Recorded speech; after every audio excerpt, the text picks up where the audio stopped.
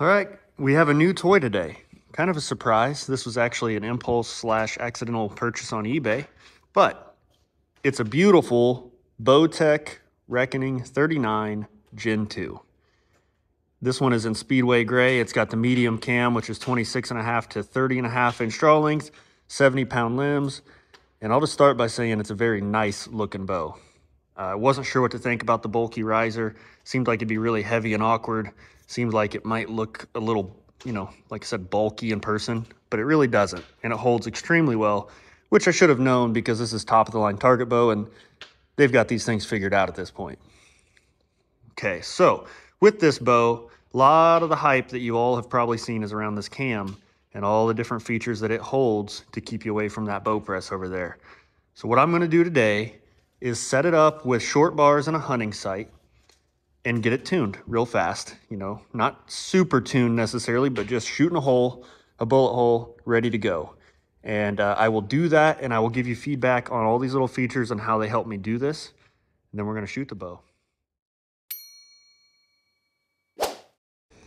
All right, y'all, it is set up. I got the 10-inch bar on the back, 10-inch bar on the front. That's illegal for pins class, which is what I shoot. Of course, CBE Hybrid Tech Pro pins, 5-pin.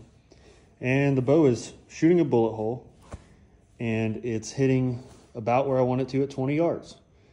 And I'll just real quick go over what I've done. So the very first thing, get that out of the way, is setting the draw length.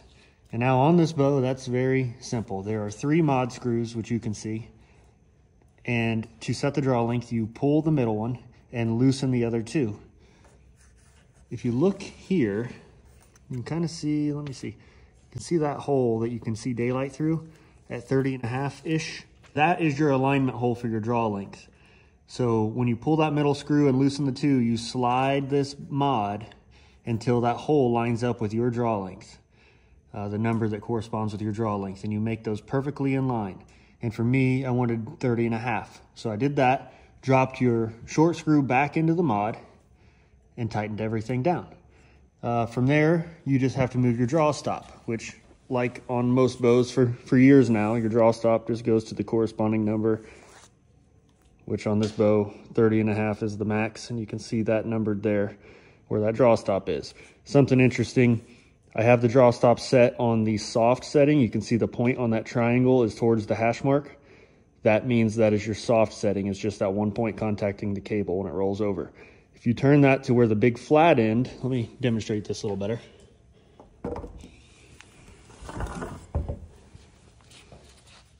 So as you can see, when the bow comes to full draw, this cam wraps around and that stop touches that cable.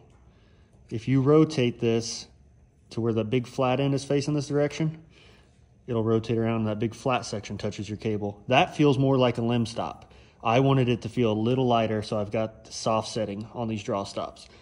So 3 screws in your mod, draw length is set, and your draw stop, and your draw length is set. So very first thing I did was that. Second thing, this is the very first impressive thing on this bow. Well, the thing that impressed me, that surprised me, I should say, the most. See these 2 timing marks on the cam? You see these 2 little tiny dots? Lighting's not great, I apologize. That cable splits those dots. That means it's in time. It was slightly out of sync when I picked it up. To fix that, this is the new big feature. This is your time lock. On the back side of this cam is a locking screw. I'll show you real quick. You loosen that screw about 2 turns. And then in the end, you can see that hole. There's a screw in there, same size Allen wrench. And I rotated this and it pulled that stop. You can see the hash marks here. When you tighten this screw in this post, it slides it back and forth. You can increase tension on that cable and speed it up, or decrease tension on that cable and slow this cam down. Well, you play with that until you get this cable to run directly between your timing marks. You do this top and bottom, your timing is set. Get your draw length right on both cams, your timing set on both cams, and those stops that is accurate. These stops are hitting at the same exact time. So that is awesome. That made things really quick, no half twists, things like that. So from there, I got my draw length set, the bow is synchronized, And in time, the next thing you get to play with is the deadlock. Now this has been around a little while, but I shot the bow through paper. I had a slight right tear. I went to the cam, unlocked the deadlock, turned this, I want to say to the left one turn, which moved the cam to the right on both ends of the bow, and that eliminated the right tear, the thing shooting a bullet hole. So guys, that was very nice. And the big selling point of this bow proves itself to be what it says it is. I mean, that was the easiest setup I've ever had. And I have now got the bow hitting a dot at 20 yards and it's shooting really good. One thing I did change, this bow allows you to do this. This is actually, for me, this is more important than the tuning part, and that is the let-off adjustments. So you can see this says Flip Disc Pro Comfort. So I tried this on both sides. It's comfort or performance. Performance has got a little more hump into the wall. It doesn't feel aggressive, just a little more hump into the wall. So I left it on comfort, but I wanted to hold a little more weight. So you can see your alignment hole in here again. You can see it's not perfectly clear.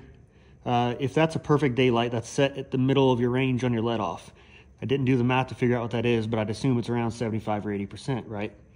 Well, then I wanted to hold a little more. So you loosen the 3 mod screws on the other side of this cam that you use to set your draw length. You just loosen them, and then you just slide this cam. There's hash marks on this cam that line with this mark here, so you can get both ends of the bow exactly the same. And at my draw length, that bigger hash here is where it was, and I simply moved it one little check mark, so I'm holding just one little bit more weight. I don't even know the percentage, I just know it made it feel right, okay?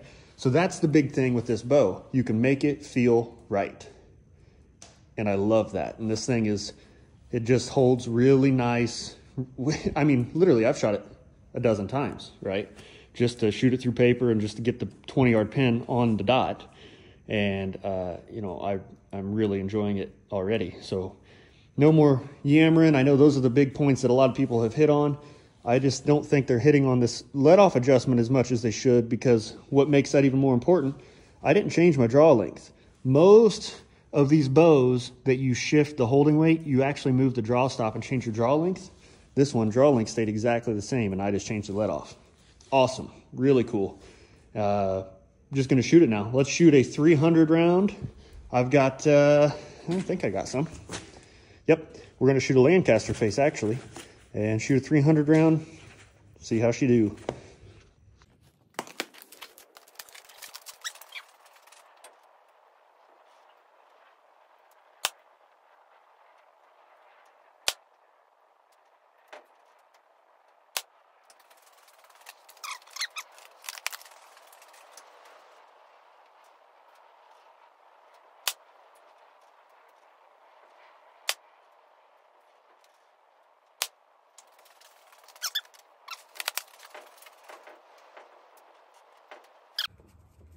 All right, guys, last end. I've dropped 3 points. If I hit these 3 white dots, I shot a 300, right?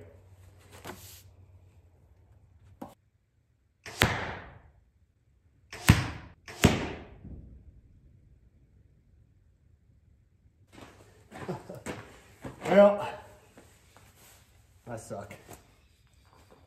But I will say this about the bow. The thing shoots really nice. For just picking that bow up, just throwing some stuff on it, you know, I'll take it. I don't know what the score ended up being if you didn't consider these, but let's call that would have been a 10, right? That would have been an X, and that would have been a probably 9. So 296. And middle of the road X's. So not real pretty as far as score wise goes, but you're watching this for the bow, and I will say that that sucker sets up really nice. It shoots really nice. I think with some practice you could shoot some obviously very good scores with it. And you know, I don't know how long I'm going to hang on to it, but I'm going to enjoy it while I have it. And I really have my eye on that Reckoning 36 as kind of a crossover hunting 3D bow. So we'll see if that ends up in my hands. I'll show you a video on that as well. Thanks for watching, guys.